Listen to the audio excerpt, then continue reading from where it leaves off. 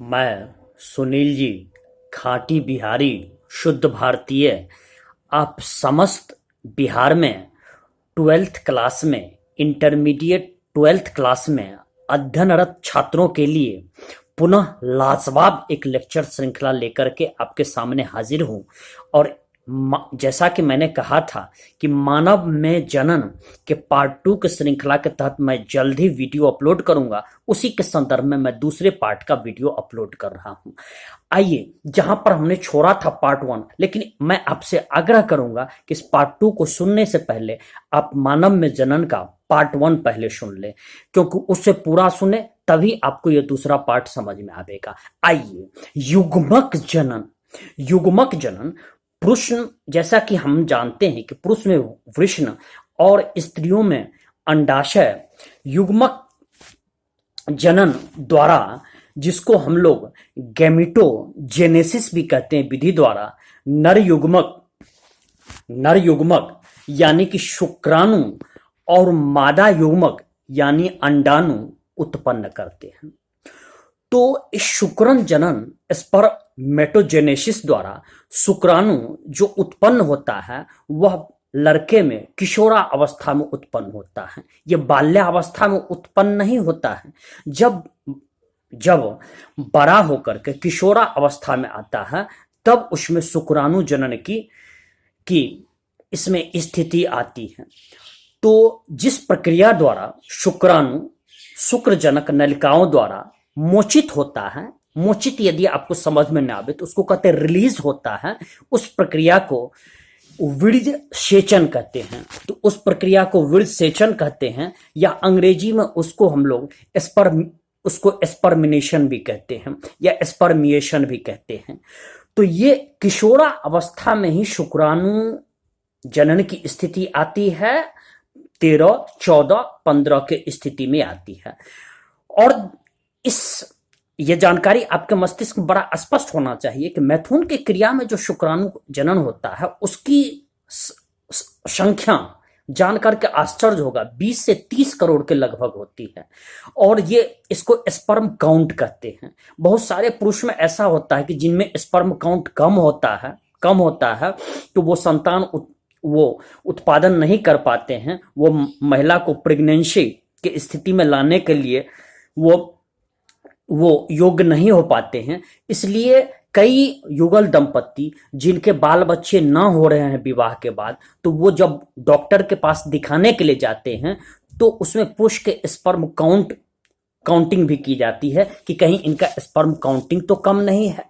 अब आइए, शुक्राणु की परिपक्वता एवं गतिशीलता के लिए कुछ और भी चीज जो है उसमें जरूरत होती है। अधिवृषण शुक्रवाहक, शुक्राशय, पुरस्थ ग्रंथि, ये सब आवश्यक है।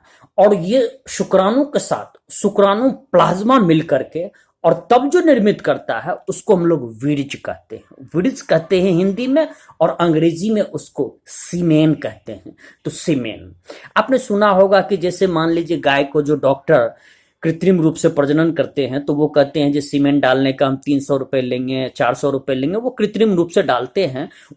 उसी तरह से जैसे मान लीजिए पुरुष में भी जो आपकी इन सारी प्रक्रिया के बाद शुक्राणु में इन सारी प्रक्रिया का अधिवृषण हुआ, शुक्रवाहक हुआ, शुक्राशय हुआ और पुरस्थ ग्रंथि, ये सब मिल करके जो तैयार होता है शुक्राणु के साथ, शुक्राणु प्लाज्मा का जब मिलना होता है तो उसी को हम लोग सीमेन कहते हैं।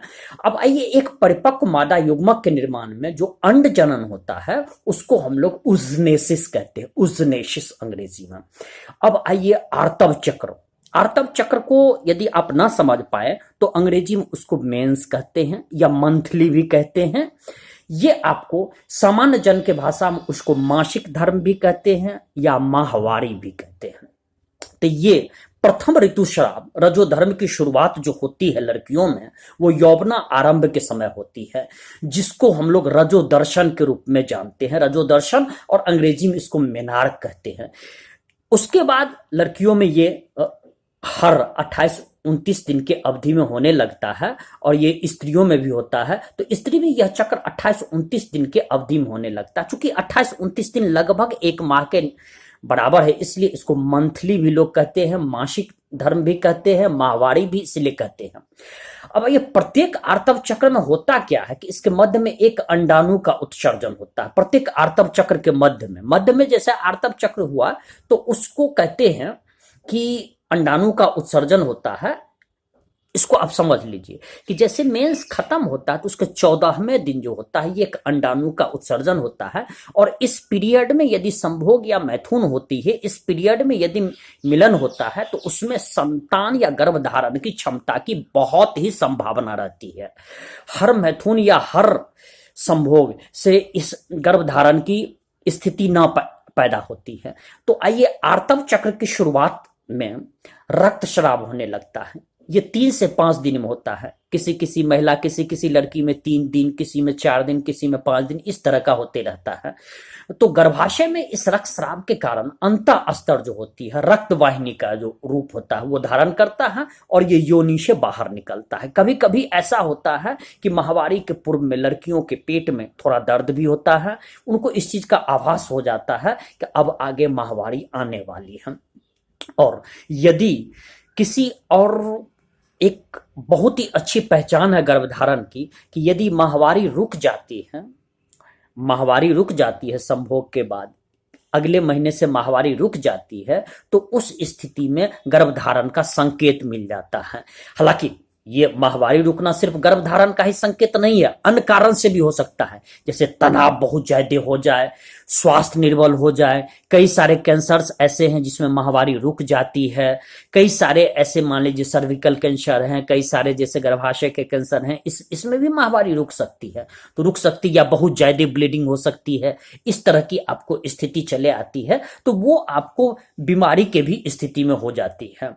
ठीक, एड्स रोग में भी कभी कभी हो जाता है कि बहुत की माहवारी रुक जाती है। तो इस स्थिति में वो एक तनाव और निर्बल स्वास्थ्य भी इसका कारण है।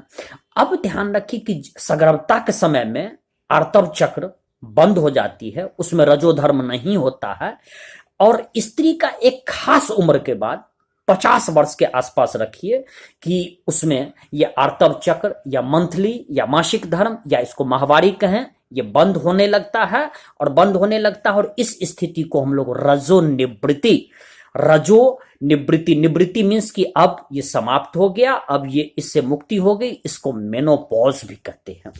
अब आइए निषेचन और अंतरोपण, इस टॉपिक के बारे में जाने, इससे संबंधित हम लोग विषय वस्तु जाने। तो स्त्री और पुरुष संभोग के दौरान शिश्न से खास करके शुक्रवीर्य स्त्रियों के योनि में छोड़ा जाता है, स्त्री की योनि में छोड़ा जाता है, इसको वीर्य सेचन कहते हैं। और ये पुरुष छोड़ता है और शुक्राणु तेजी से गर्भाशय में प्रवेश करते हुए संधि स्थल तक पहुंच जाता है और इसी बीच अंडाशय भी मोचित होकर के, रिलीज होकर के अंडाणु भी संधि स्थल तक पहुंच जाता है, जहां पर आपको निषेचन संपन्न होता है। तो निषेचन संपन्न होता है, लेकिन एक बात आप ये भी ध्यान रखिएगा कि सभी संभोग क्रियाएं निषेचन और सगर्भता की स्थिति नहीं पहुंच पाती है। संयोग है, क्योंकि कई ऐसे संभोग, कई ऐसे मैथुन के कार्य जिसमें संभोग नहीं होता है, लेकिन संयोग है कि हो सकता है कि एक ही संभोग और एक ही मैथुन ये ऐसा संयोग ले आवे कि इसमें गर्भधारण की स्थिति ले आवे। तो शुक्राणु के साथ एक अंडाणु का संलयन जब होता है, इसको संलयन जब होता है, अर्थात संलयन न समझते हैं तो मेल इसको कहिए, प्रक्रिया को हम लोग निषेचन कहते हैं, अंग्रेजी में फर्टिलाइजेशन कहते हैं। तो एक अंडाणु का, ये भी आप मस्तिष्क में फिट कर लीजिए, बैठा लीजिए कि एक अंडाणु मात्र एक शुक्राणु से ही निषेचित होता है। ऐसा नहीं है कि एक अंडाणु 4 शुक्राणु से निषेचित होगा, तो उसमें बाकी वो शुक्राणु को अलग ही रखना चाहता है। उसके लिए भी ईश्वर ने निर्माण ऐसे सृष्टि की है कि बाकी शुक्राणु अलग ही रहता है। और आइए अब कि यदि XX क्रोमोजोम्स का संलयन हो, अर्थात कि लिंग निर्धारक यदि मां भी X क्रोमोजोम्स दे रही है और पिता भी X क्रोमोजोम्स दे रहे हैं, तो उस स्थिति में पुत्री होगी। और यदि मां सदैव एक्स ही देती है और पिता वाई लिंग गुणसूत्र देते हैं, तो उस स्थिति में बेटा होगा, पुत्र होगा। पुत्र होगा इसलिए पुत्र होगा कि पुत्री होगी जन्म के बाद, और ये गर्भधारण में पुत्र होगा कि पुत्री होगी, बेटा होगी कि बेटी होगी, इसका निर्धारक यदि वैज्ञानिक रूप से हम कहें तो इसको पिता ही तय करता है। इसके लिए मां कहीं पर भी, क्योंकि उससे सदैव ही आपको एक्स क्रोमोजोम्स ही उससे आता है, इसलिए कभी भी उनका इसमें हाथ माना ही ना जा सकता है वैज्ञानिक रूप से।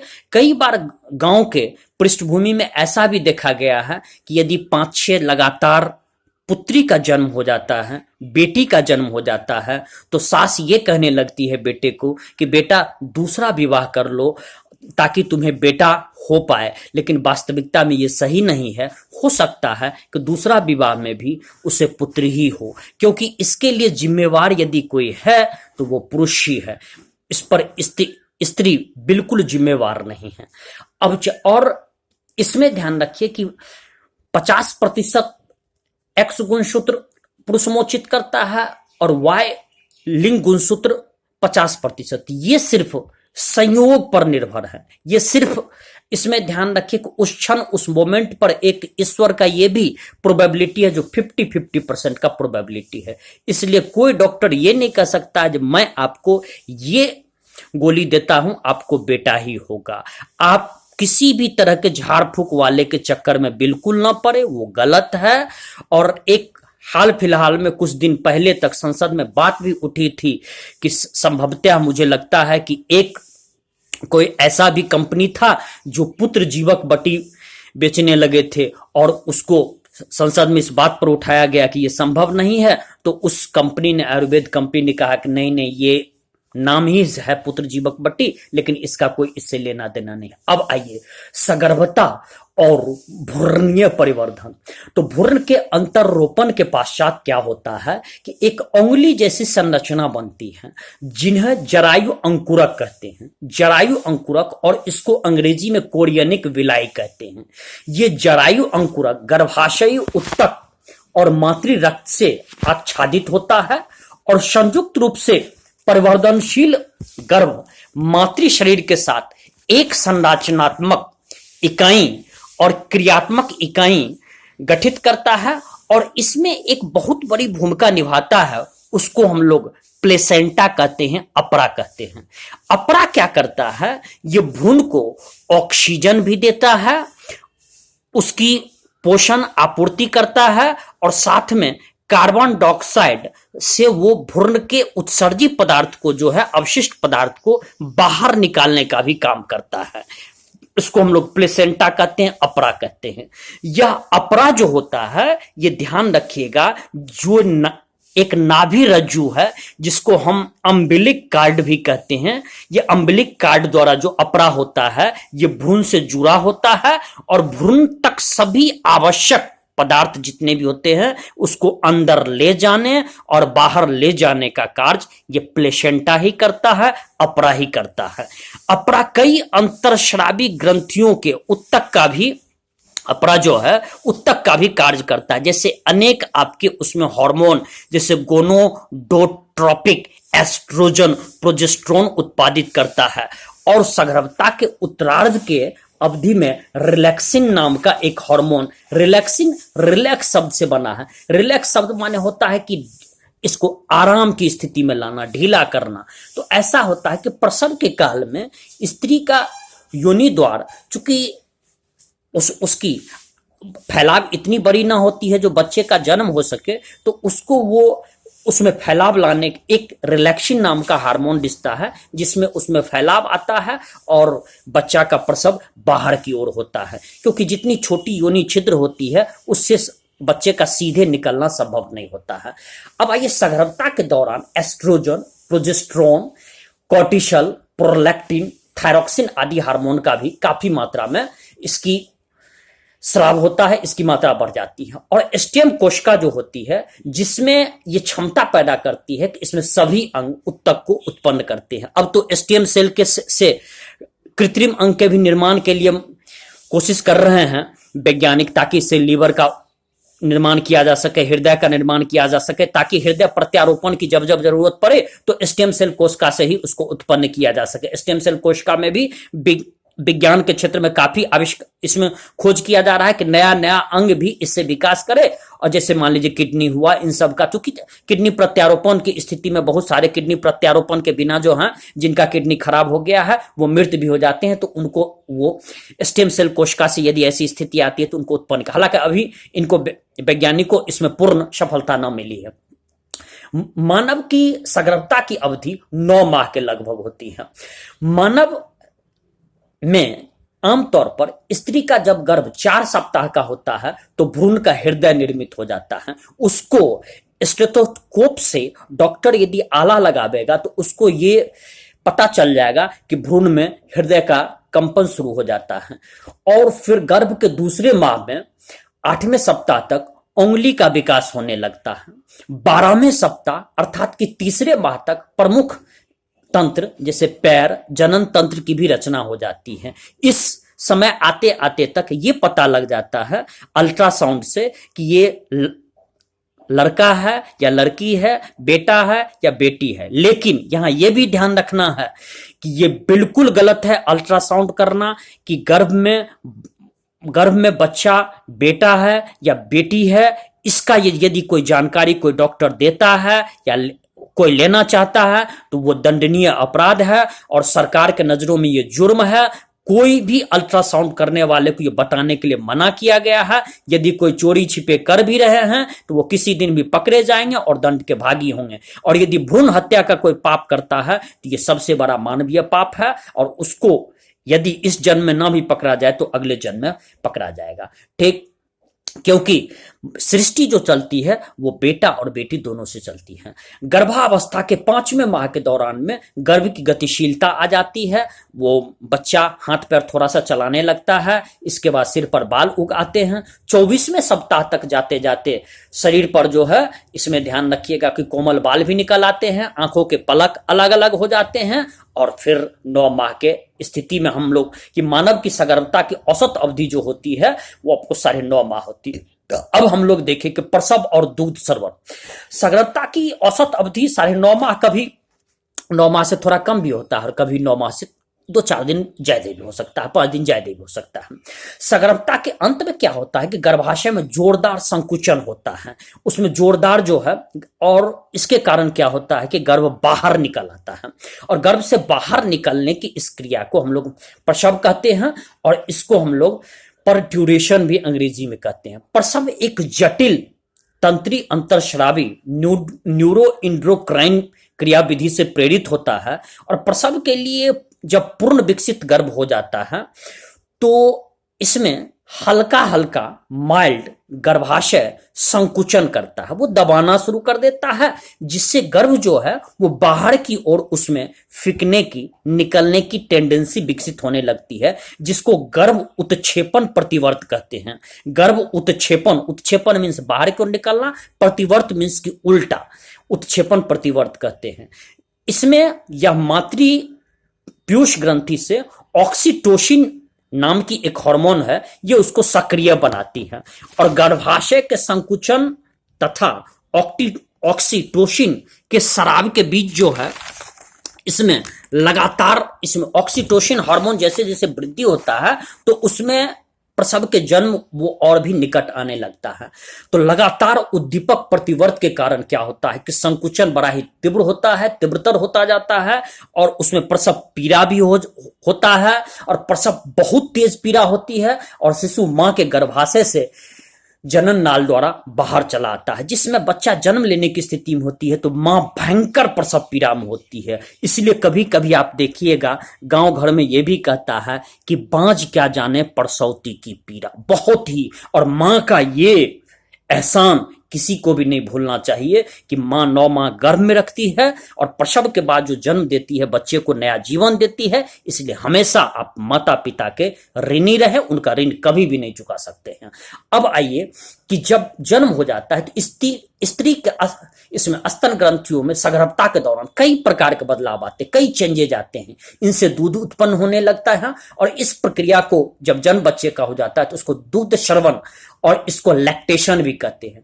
दूध श्रवण के जो आरंभिक कुछ दिनों में जो दूध निकलता है उसको प्रथम स्तन या खीस कहते हैं, अंग्रेजी में इसको कोलेस्ट्रॉम भी कहते हैं, जिसमें कई प्रकार के एंटीबॉडी तत्व समाहित होते हैं और ये नवजात शिशु को निश्चित देना चाहिए। इससे शरीर में प्रतिरोधी क्षमता विकसित होती है और यह बच्चों के लिए अत्यंत आवश्यक है। इसलिए बच्चा के जन्म के बाद जो आरंभिक दूध होता है वो प्रथम 6 घंटे या उसको प्रथम 24 घंटा वो बच्चे को निश्चित पान कराना चाहिए। गांव घर में कभी कभी कुछ मान्यताएं होती है कि उस महिला उस दूध को बाहर फेंक देती है, ऐसा नहीं। इस तरह से आपका मानव में जनन का पार्ट 1 के बाद ये पार्ट 2 समाप्त हुआ, भाग 2 भी समाप्त हुआ और मानव में जनन ये चैप्टर समाप्त हुआ। मैं पुनः बिहार के समस्त छात्र, चाहे आप किसी भी जिला से, पटना से हो, दरभंगा से हो, आरा से हो, बांका से हो, मुजफ्फरपुर से हो, सीतामढ़ी से हो, जमुई से हो, कटिहार से हो, अररिया से हो, आप कहीं भी किसी भी जिला से हो, भागलपुर से हो, कहीं से भी आप हो,